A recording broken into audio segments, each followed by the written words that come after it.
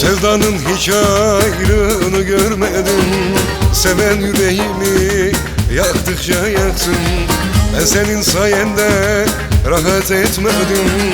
Başımı belaya saldıkça saldım.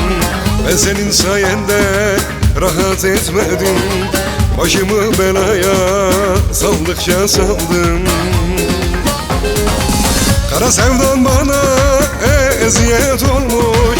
Bu zamanda üzmek marifet olmuş. Yüreğim dertlerle, kederle dolmuş. Yaptıkların beni yıkar mı sandın? Kara sevdan bana eziyet olmuş. Bu zamanda üzmek marifet olmuş. Yüreğim dertlerle, kederle dolmuş. Yaptıkların beni yıkar mı sandın?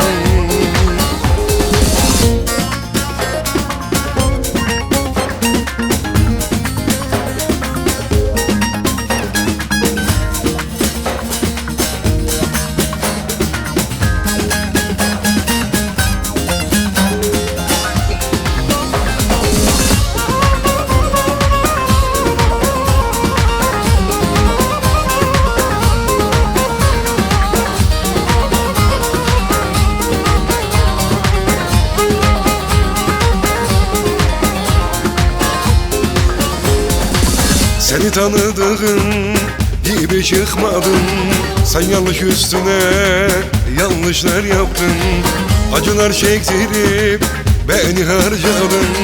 Seven yüreğimi yaktıkça yaktın. Acılar çektirip beni harcadın. Seven yüreğimi yaktıkça yaktın. Kara sevdan bana eziyet olmuş.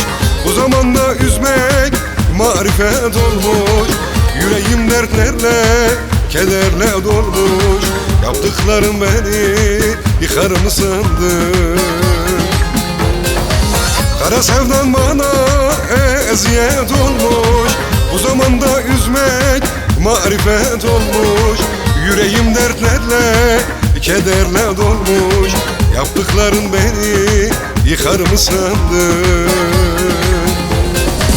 Kara sevdan bana eziyet olmuş. Bu zamanda üzmek marifet olmuş.